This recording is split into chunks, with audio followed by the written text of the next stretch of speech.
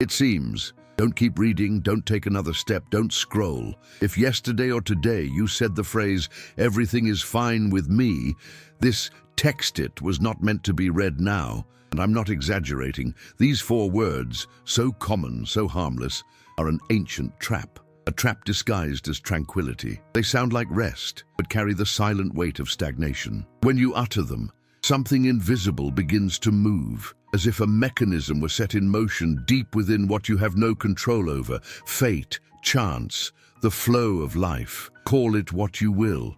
It may seem absurd, superstitious or paranoid, but what if it isn't? What if these words really have the power to close doors that they were about to open?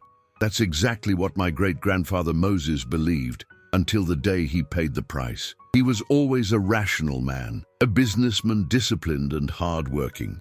But one morning, when greeted by a neighbor, he replied with a smile, "Everything is great, thank God. Everything is wonderful." 3 days later, what was stability turned into ruin.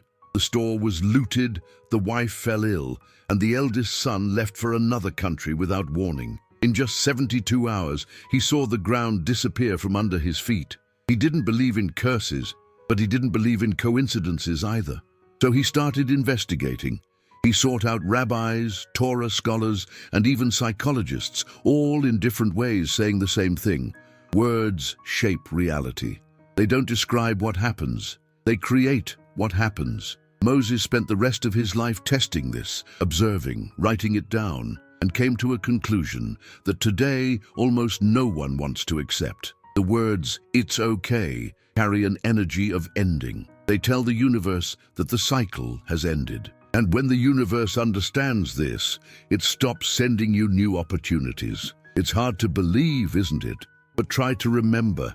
How many times right after saying "it's okay" did something start to go wrong? A silly argument, a sudden loss, an unexpected event that seemed inexplicable. And how many times, in contrast, when you gave thanks even though everything wasn't perfect, did something good happen right after? This isn't magic, it's pattern, it's vibration, behavior, focus. The human brain is shaped by the words it uses every day, and each sentence creates a root, a command. "It's okay" is the command of inertia. He says, "I don't need to grow anymore. I don't need to search. I can stop." And the world gets the message. But perhaps the scariest thing isn't the power of these words. It's the fact that almost no one even realizes they're being said. It's automatic, a social reflex. Someone asks, "How are you?" And you answer without thinking, "Fine." And with that small act, you end the flow of movement that keeps your life expanding. Modern culture loves the idea of looking good. Be strong, stable, unshakable. But the price of always looking good is become immobile. Because whoever says "it's okay" refuses the possibility of change. And when nothing changes, time takes care of taking away what once seemed guaranteed. My great-grandfather learned this too late. But before he died, he told me something I never forgot. Yaakov, the greatest danger in life is not suffering. It is the comfort that comes before the fall. Those words haunted me for years. I started observing the people around me, and I noticed the same pattern. Those who were always saying everything is great were the ones who, months later, faced crises, losses, or disappointments. And those who said, "Thank God we're moving forward," seemed to have a different strength. Not because they were more religious, but because kept the movement. They were grateful for what they had, but left room for what was yet to come. You might think, but what's wrong with saying it's okay? Isn't it just polite? Apparently, there is nothing wrong. But the danger lies precisely in habit, in unconscious repetition. The words "all right" create the illusion of stability, and stability without awareness is the first step to downfall. They distract from attention, vigilance, and a sense of purpose. And when the mind relaxes too much, the world demands movement, sometimes with force. The most curious thing is that this wisdom has been recorded for centuries, in ancient texts, in Jewish traditions, in proverbs that few take seriously. The Torah teaches that life and death are in the power of the tongue. And modern science, without realizing it, confirmed the same thing by studying the impact of words on the nervous system. Every time you say okay, your brain interprets it as task completed and reduces alertness. In other words, you literally turn off the radar of your own luck. So I ask you, what if the words you use every day are secretly shaping the direction of your life? What if every "it's okay" is erasing a chance to thrive? What if the comfort of the phrase is costing you your future? These questions are not rhetorical. They are the starting point of something much bigger. Because what you're about to discover isn't just a lesson in language, it's a shift in how you see reality itself. And perhaps, just like Moses, you will realize that destiny is not luck or bad luck. It's a choice, and every choice starts with a word.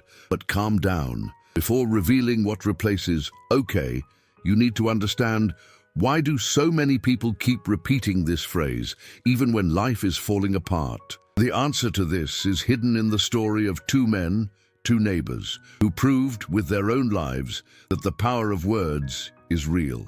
And that's what I'm going to tell you about in the next part. But be warned, after hearing what happened to one of them, you'll never respond to "it's okay" with the same levity again. It all began with a simple, almost banal conversation, the kind that happens every day. Two men met on the street in front of a small bakery in the countryside. One of them, dressed modestly and with work-marked hands, responded calmly when asked how he was. "Thank God we're still working." The other, with his chest puffed out and the wide smile of someone eager to impress, always said the same thing. "Everything's great. It couldn't be better." The first was called Abram. The second, Vasily. They lived in the same neighborhood, sold the same products, and had the same clientele. The only difference between them was their words, and what seemed like a minor detail ended up becoming the defining moment of their lives. Abram wasn't a man of luck. He was a man of faith and constancy. When winter came and sales dropped, he remained calm. "God knows what he's doing," he would say, and he continued opening the store at the same time every day. Vasily, on the other hand, believed that strength came solely from one's own efforts. He liked to show off his profits, to say that success was guaranteed. "My business is crisis-proof," he would repeat. But life has a peculiar way of testing the words that come out of our mouths. Within a few months, heavy rain hit the neighborhood. The roof of Vasily's bakery collapsed, and much of the inventory was lost. Meanwhile, Abram, who had closed early that same day on a hunch, escaped the loss. Coincidence, some would say. But for those who observe the patterns closely, it's hard to believe it's all a coincidence. What no one saw was what was happening inside each one. Vasily lived in constant tension, trapped by the need to prove that everything was fine. He couldn't bear to show fragility, and this mask consumed him. Every time he said everything's great, he hid his fear, doubt, and exhaustion. Abram, on the other hand, recognized his limitations, and so he remained open to learning, changing, and adjusting.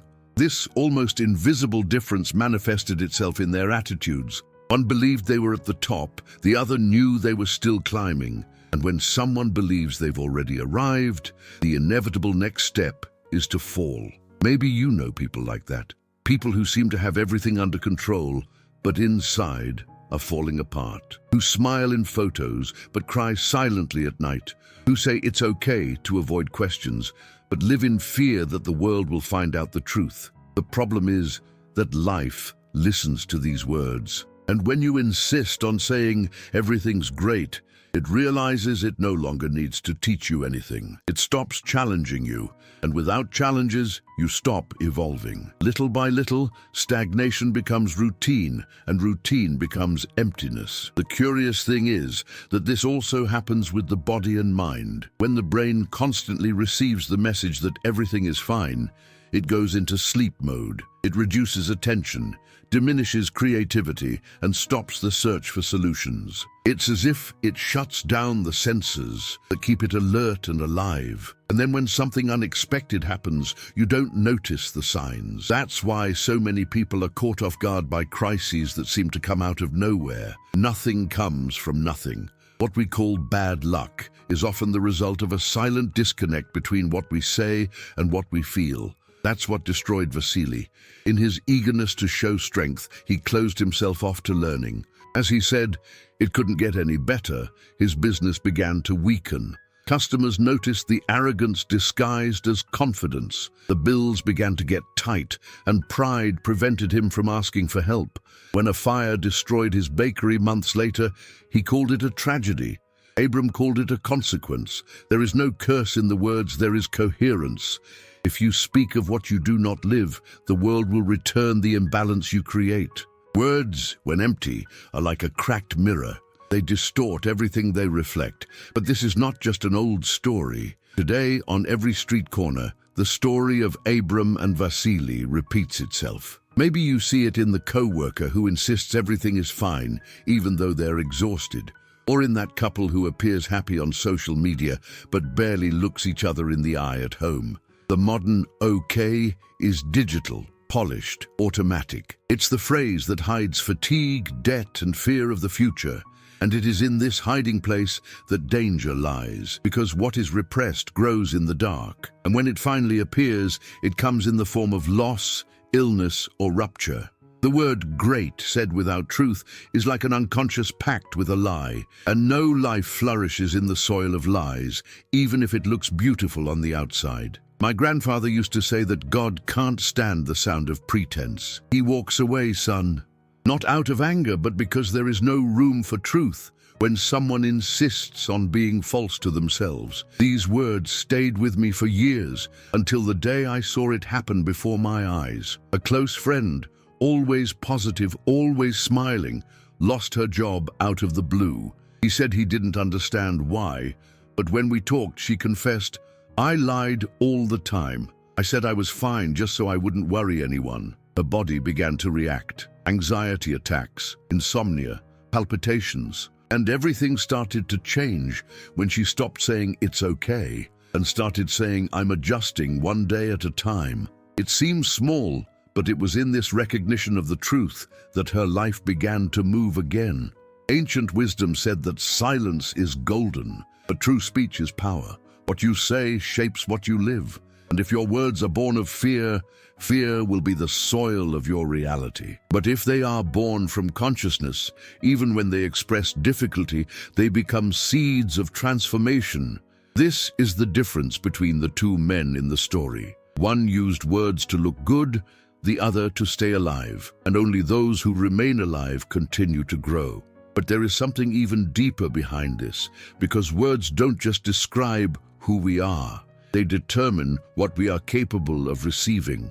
And when you say, okay, the universe understands. There is no more space. And close the tap. That's why in the next part, I'm going to tell you the first error hidden behind the phrase, it's okay. A mistake so common that millions of people make it every day without realizing it.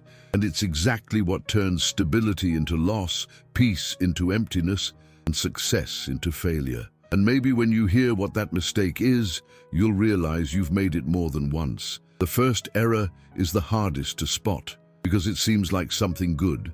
It comes disguised as tranquility, maturity, and balance. It's the error of the full glass. When you say okay, it's as if you're telling the universe, I already have enough, I don't need anything else. And the universe obediently responds, then I'll stop sending. The problem is that the flow of life cannot tolerate complete rest. Nothing in nature remains static, not the sea, not the wind, not the blood within your body. Everything moves, everything pulsates. And when you declare, even unintentionally, that you're too full, the movement stops. That's when decline begins. This is comfort's most dangerous trap.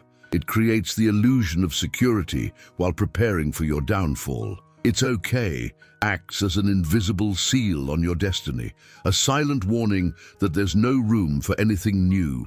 And ironically, it's precisely when everything seems calm that chaos begins to grow, not out of punishment, but out of necessity. Life needs expansion. It needs tension to generate movement. When you don't challenge yourself, life creates the challenges for you.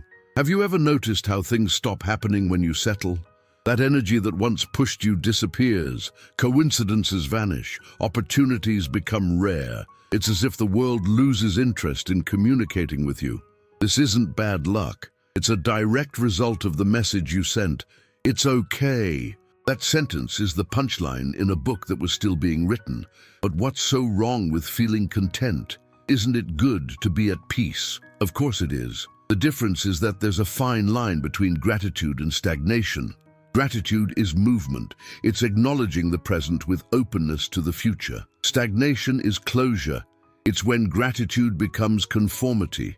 Thank you becomes enough is enough. And that's why so many people who achieve what they wanted, a good job, a stable relationship, some comfort, begin to feel an emptiness they don't understand. It's not ingratitude. It's the price of having stopped growing. My grandfather used to say, "A river that stops flowing rots." I thought it was just a pretty metaphor until I saw it in practice. When he got older, he could no longer work in the store as he used to.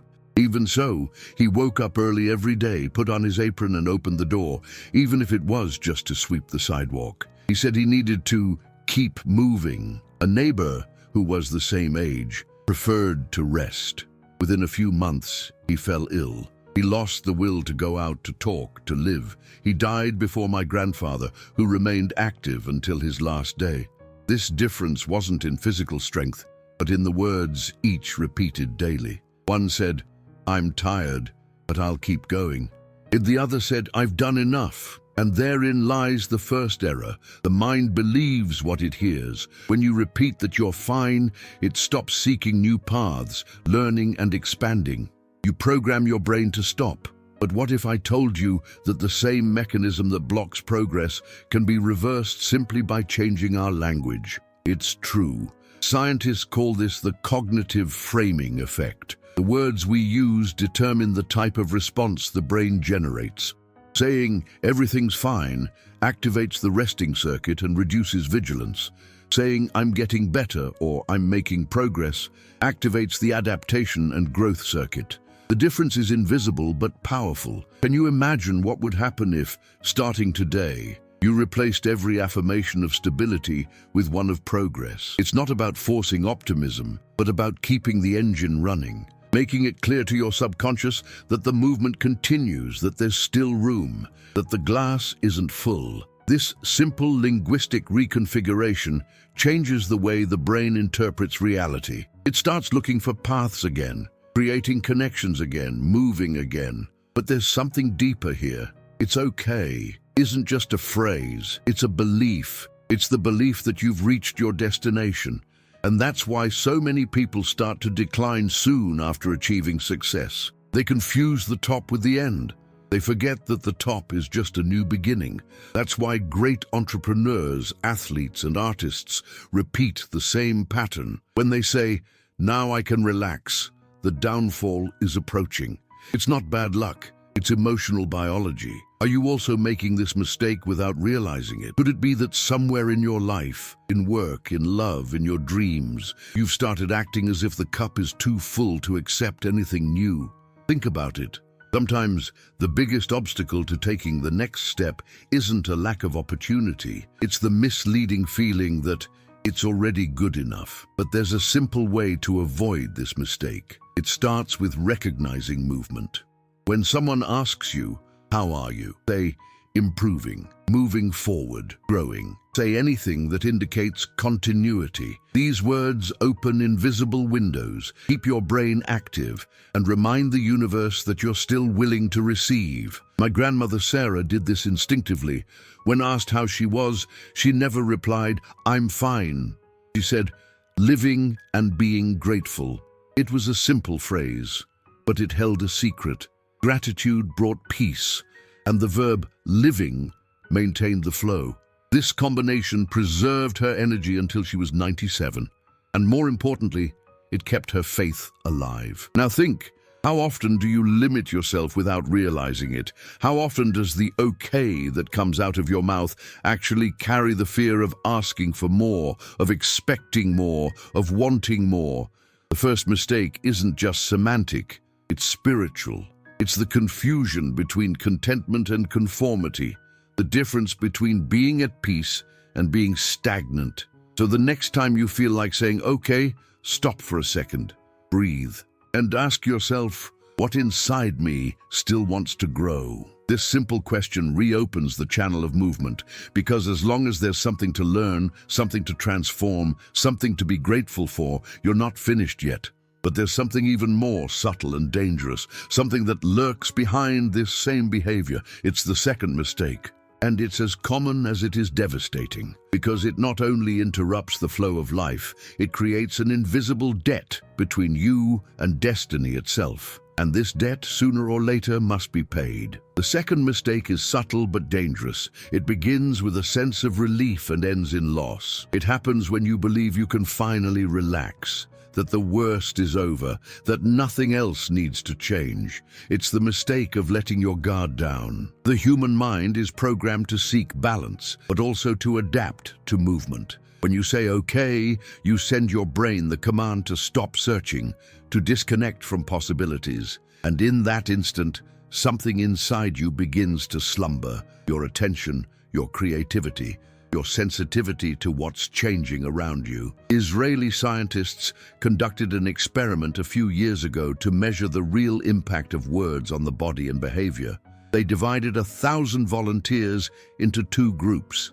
One group was asked to repeat the phrase, "Everything is fine with me," every day. The other group was asked to say, "I am evolving with God's help." After 30 days, the results surprised even the researchers. The first group experienced a 34% increase in stress levels and a 12% drop in average financial earnings. The second group, on the contrary, experienced a 28% reduction in stress and an increase in income. There was no miracle, there was mental programming. The brain that believes itself safe relaxes. The one that believes itself growing remains awake. This is the trap of the second error. False rest. Rest is not the problem. The danger lies in rest without awareness. When the mind relaxes too much, it becomes vulnerable. It's like a fortress that leaves its gate open because it believes the enemy won't return. And he always does, only in a different form. It could be an unexpected loss, a dismissal, a layoff, an accident, any event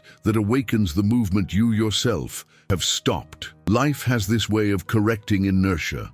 Entrepreneur David Rabinovich experienced this with almost mathematical precision. In January 2020, at an investor conference, he declared triumphantly, "My business is perfect. There's nothing to improve." 2 months later, the pandemic closed his stores, and he lost almost everything.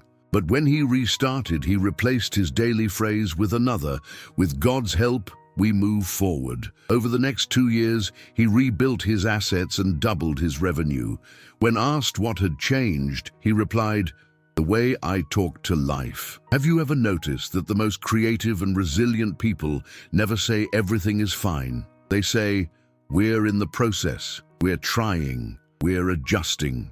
The verb is always one of movement. It's as if they keep their internal engine running, even on calm days. This is the difference between those who thrive and those who stagnate. The brain doesn't distinguish between imagination and reality. When you affirm that something is complete, it understands that the mission is over. It reduces the release of dopamine, the neurotransmitter of search and motivation, and activates energy-saving mode. This is why many people who achieve success suffer emotional collapse soon afterward. The lack of challenge kills the spark that drove them to get out of bed. It's the same reason so many retirees fall ill months after stopping work. The body survives, but the mind fades. This disconnect between physical and mental rest is the heart of the second mistake. You can stop the body, but you can't stop the spirit. The spirit needs purpose, continuity. This is why so many people who seem to have everything figured out fall into existential crises. They confuse comfort with fulfillment. They think they've reached the end, when in fact they've just stopped halfway. But the curious thing is that this law of motion appears in all areas of life. In the body, muscles that don't move atrophy. In the brain, synapses that aren't used are erased. In relationships, bonds that don't evolve break. Everything that stops growing weakens. And yet, thousands of people keep repeating the same phrase, "Everything is fine." as if they could convince life that it should stop too. Have you ever felt that moment when things seem too good to last? As if something invisible reminds you that calm isn't the natural state? This isn't pessimism. It's intuition. It's instinct telling you that the movement must continue. Prolonged stability isn't a sign of security. It's a sign of pause. And pause, when it lasts too long, becomes a setback. Kabbalistic philosophy teaches that life is made up of two flows, giving and receiving. When you say, all right, you interrupt the flow of receiving because you close the channel of need. Without need, there is no learning, and without learning, there is no expansion. This is why the ancient masters said, the soul that ceases to desire begins to die. And this isn't just spiritual. Modern psychologists have observed the same phenomenon in another context. People who believe they've already achieved everything they wanted in life tend to have decreased adaptability, reduced empathy, and lower emotional resilience. In other words, everything is fine creates a mind that ages before the body. But there's a paradox here. Most people seek exactly this, a peaceful life without problems, without surprises. They spend years striving for stability, and when they finally achieve it, they discover that peace without purpose is an elegant form of emptiness. It's the silence that doesn't inspire, the calm that numbs. If you notice, even the heart needs balance to keep beating. It alternates between contraction and expansion. If one of these movements ceases, life also ceases. The same happens with destiny. We need to oscillate between conquest and pursuit, between pause and advancement. Balance lies in alternation, not paralysis. But then the question arises, how can we keep moving without falling into the anxiety of wanting everything at once? The answer lies in awareness. Saying we're moving forward isn't denying rest. It's recognizing that it's part of a larger cycle. It's resting with purpose. It's resting with our eyes fixed on the next step. This is the antidote to the second mistake, replacing the illusion of security with awareness of the process. Because those who believe themselves to be secure fail to observe their surroundings, and it is always at this moment that life surprises. And it surprises because it needs to awaken you. The real danger of "it's okay" is that it makes you believe you're awake when in fact you're sleeping with your eyes open. And when life realizes this, it screams, with losses, with scares, with twists and turns, not as punishment, but as a reminder that you're still alive. In the next part, you'll understand why this cycle becomes even more dangerous when it comes into contact with lies.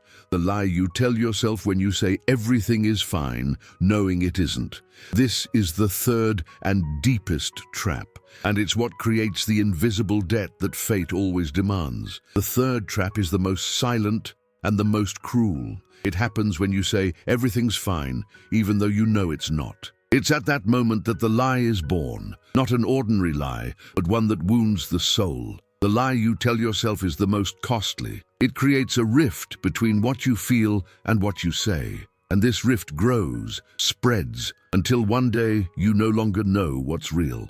Saying everything's fine when it's not is trying to fool life, but life is not foolish. It responds with the same energy. It disguises, it hides, it sickens. This is how the third mistake begins, with the habit of hiding chaos for fear of judgment, and it disguises itself as strength. We live in a culture that confuses vulnerability with weakness. People believe admitting pain is a sign of defeat, so they lie. They say everything's fine while their hearts bleed. They smile while they empty themselves inside. Lying becomes routine, and the body pays the price. Anxiety, fatigue, unexplained pain, insomnia. The body screams what the mouth denies. But there's something even deeper. Every time you lie about your emotional state, you create a conflict between what your brain thinks and what your body feels. The brain says, "We're fine," but the nervous system knows otherwise. This dissonance triggers stress, raises cortisol, and disrupts cellular regeneration processes. That's why so many people are tired even when they sleep, sick even when they eat well. Internal lies are corrosive. They destroy from the inside out. A neighbor of mine, Misha, was the kind of man who always said, "Everything's great." He worked hard in a factory and never complained. When asked if he was okay, he'd laugh and say, "It couldn't be better." One day, I told him about the power of words, about the danger of lying to yourself. He laughed. He said that was Jewish philosophy and that he didn't have time for such things. 2 months later, he was laid off due to exhaustion, migraines, palpitations, insomnia. When we met again, he told me something I've never forgotten. I realized I was never okay. I was just afraid of not appearing strong. It was then that he decided to change. He began to respond differently.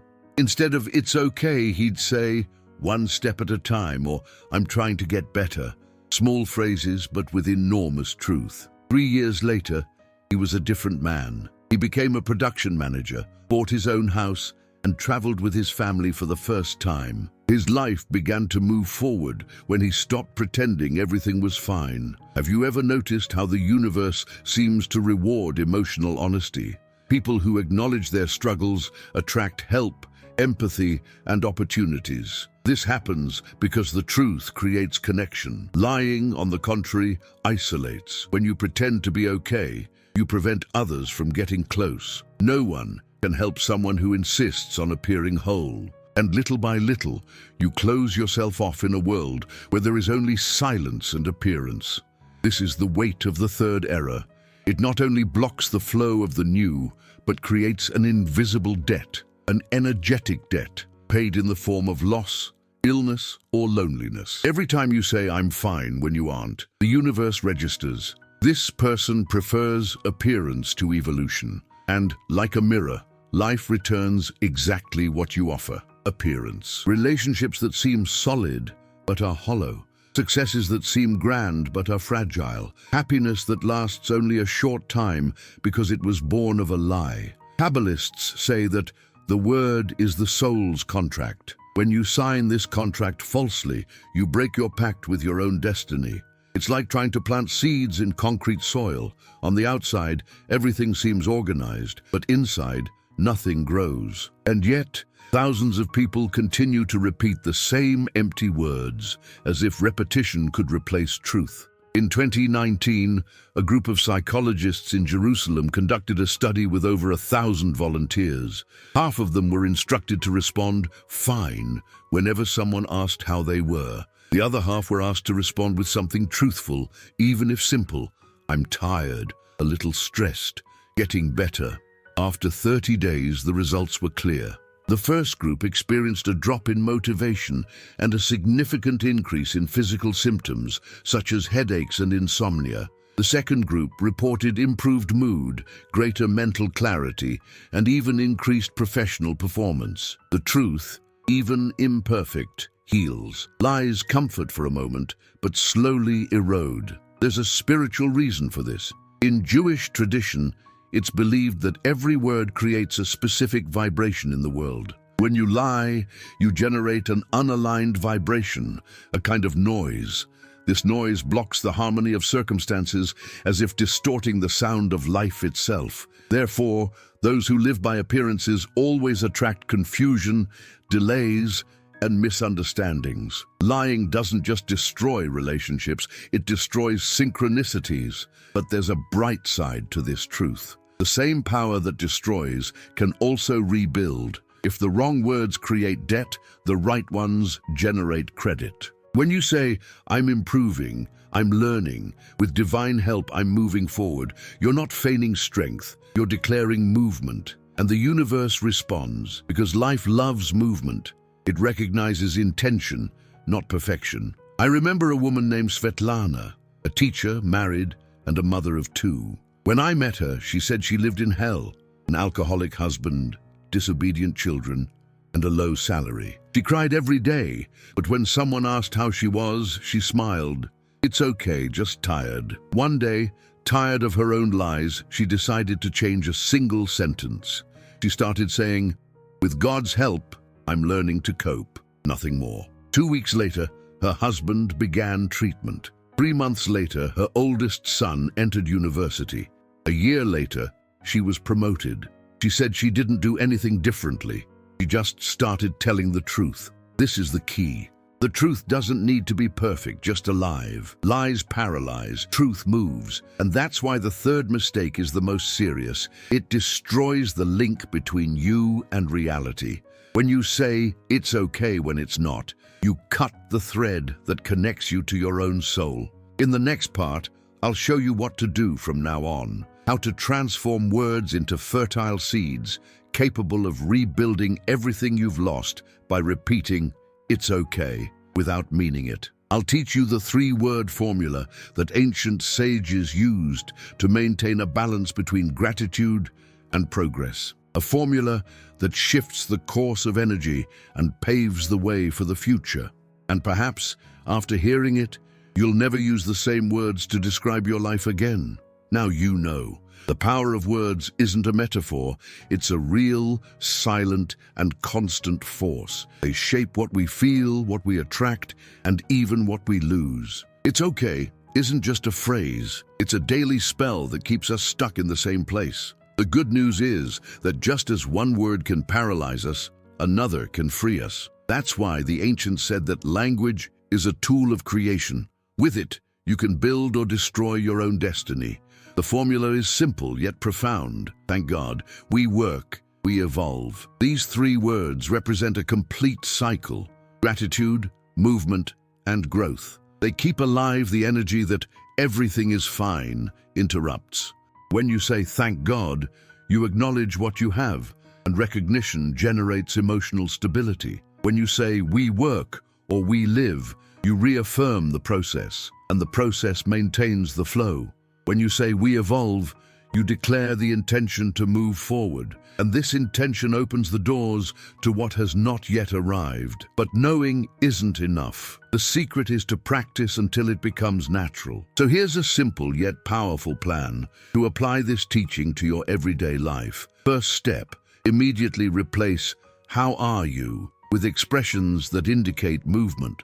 When someone asks how you're doing, say, "I'm moving forward, I'm learning, I'm getting stronger," or simply, "Thank God we're moving forward." It may feel strange at first, but after a few days, you'll feel the difference in the energy of your conversations. The world begins to react differently to those who speak truthfully. Second step, every morning before checking your phone, take a deep breath and say out loud, "Today, with God's help, I move forward." This simple statement creates a line of intention. It doesn't change what will happen, but it does change how you react to what happens. It's like adjusting your compass before you set off. Third step, set a reminder on your phone to appear every day at 9 a.m. With the phrase, "Don't say I'm okay, say I'm growing." This reminder is more than a phrase, it's a pause to reconnect with movement. It's a reminder that you are alive, and being alive means changing.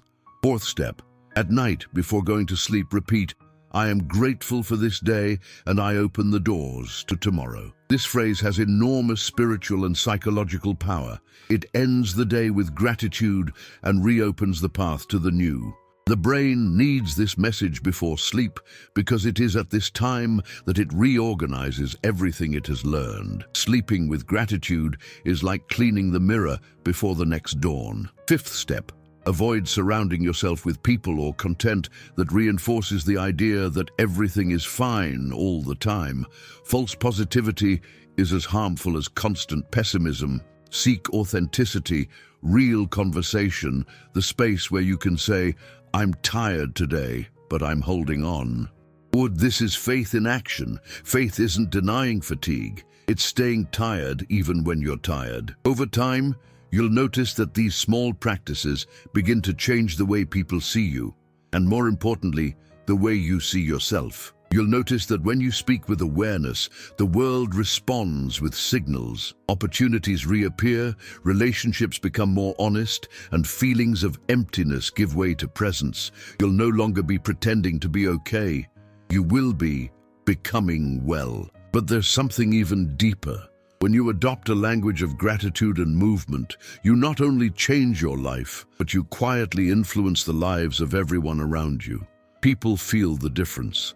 They realize there's something genuine in your words, something that conveys peace without the need for masks. And little by little, they begin to imitate you, not because you told them to, but because truth is contagious. Imagine for a moment if everyone watching this video decided to change just one word a day. Just one. It's okay would become, we're moving on.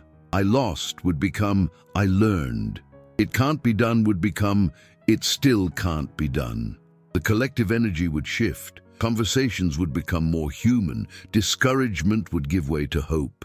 It seems small, but big transformations always begin with small phrases. Life doesn't want perfection. It wants presence. And presence means being awake to what you say, think, and feel. Every time you express yourself consciously, the universe listens, and when he listens, he responds. Today, the invitation is simple. Exchange the comfortable lie for the liberating truth. Stop saying, it's okay, just to please or protect yourself. Say what's real, say what moves, say what builds, because honesty with words is the first step to true prosperity.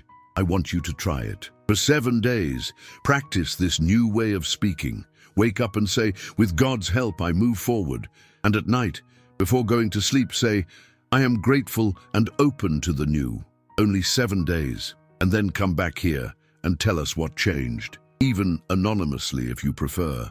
You'll be amazed at what happens when you decide to align your words with your truth. If this message touched you, if at any point in this video you felt that something inside you awakened, I ask you, subscribe to the channel, like this video, and share your experience in the comments. It could be a rant, a question, or your own story. The important thing is to participate, to create a space for transformation where each person learns from the other. Because at the end of the day, this channel isn't about words, it's about lives. About people who decide to stop saying, it's okay, and start saying, I'm growing. And if you've come this far, it's because something in you also wants to grow. So don't wait for tomorrow. Start today. Speak, thank, move on.